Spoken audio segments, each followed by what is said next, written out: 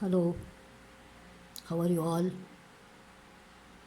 I think all of you are following the important points that I am giving you under your bridge course.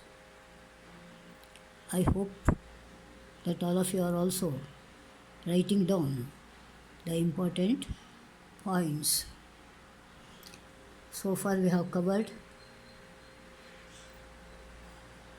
under parts of speech, noun. There you have understood the definition of noun, and then the different divisions in a noun. Under that, first we took up gender. I hope all of you know that masculine, feminine, neuter, and common gender. And then we have referred to the number, that is singular and plural, and you know how to change from singular to plural and plural to singular. Now we'll take up another one. In a sentence, remember, whatever the sentence you write, there must be some subject. Remember it is subject, and also the object.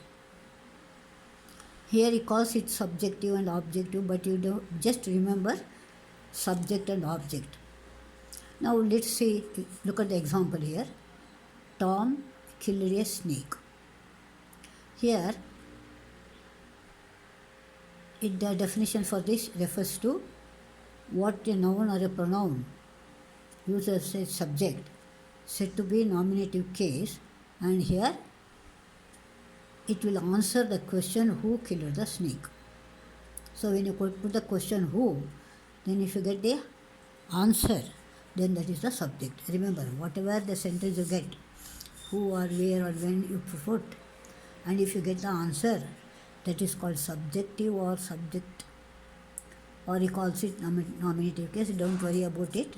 You just remember subjective or just subject. That is enough. ನಮ್ಮ ಕನ್ನಡದಲ್ಲಿ ಏನು ಹೇಳ್ತೀವಿ ಅಂದರೆ ಕರ್ತೃ ಅಂತ ಕರಿತೀವಿ. ಜ್ಞಾಪಕ ನೋಡಿ, ಕರ್ತೃ, that is subject. Who does it? Whatever the person does, we call subject. So Tom killed a snake. And here you get so many other examples. Milton was a poet. Who was a poet? If you question, you will get Milton. Now if you have what doesn't shine at night, you get stars. And which is the precious metal, if you ask, you will get. And what is great about her? You will get beauty. And what did unwants, if you get, you will have army. So remember, these are the things. He says, when you put the question on verb, that is what, if you get the answer, and you call it subject. Remember it, that's very important. And then secondly, we have got object or objective. Remember, object or objective, he calls it accusative case. But don't remember. If you remember, it's well and good, but if you remember, this is enough. Objective or object, remember it.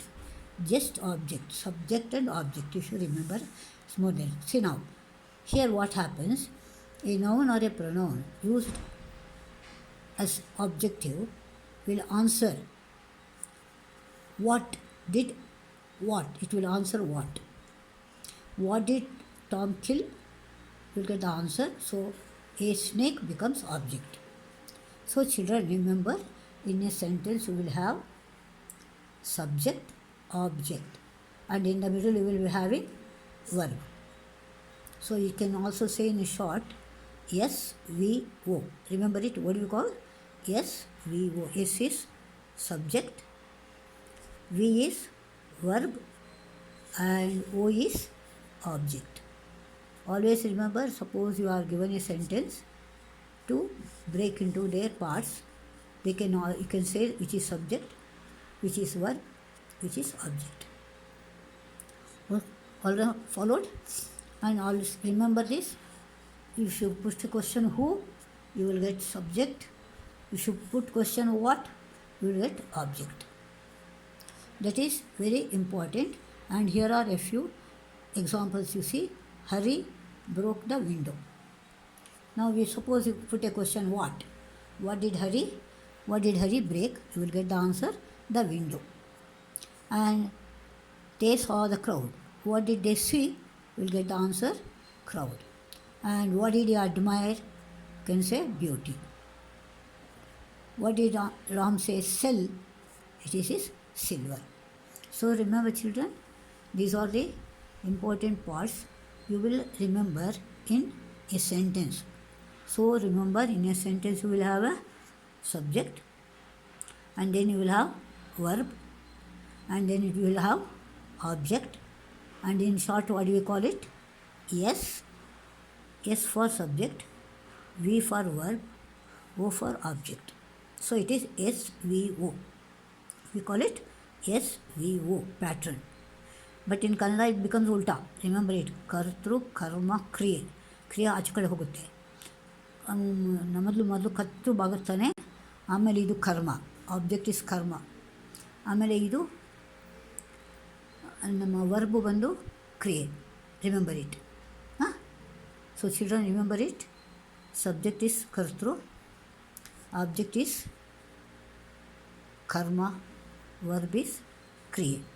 So this is how in Kannada we have got, but in English we have got subject, verb and object. That is the sentence pattern in English. All of you should remember it. Any change in it will not give you complete meaning.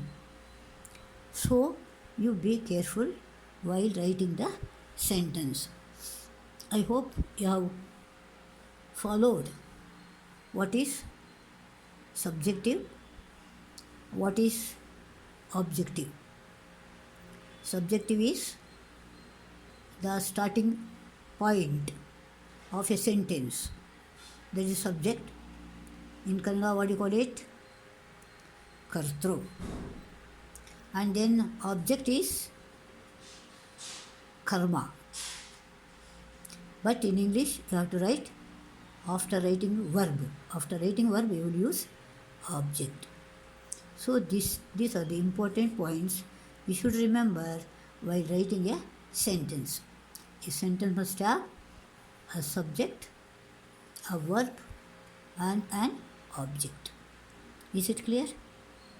I think in the next class you will be having the sentences and you would identify which is subject, which is verb, and which is object. So see you children in the next class. Meanwhile, you be practicing whatever the grammar points I am giving you.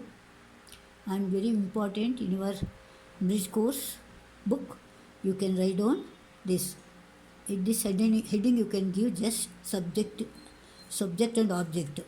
No need to write nominative case and all those things. You just write subject and object. And then these examples you can write down. You can write down these examples also. For subject you can write this, and for object you have to write this manner. Is it clear? So see you in the next class with the new chapter. Okay? Meanwhile, have a good day and relax yourself, learn properly. Don't waste your time. Okay? See you. Bye-bye.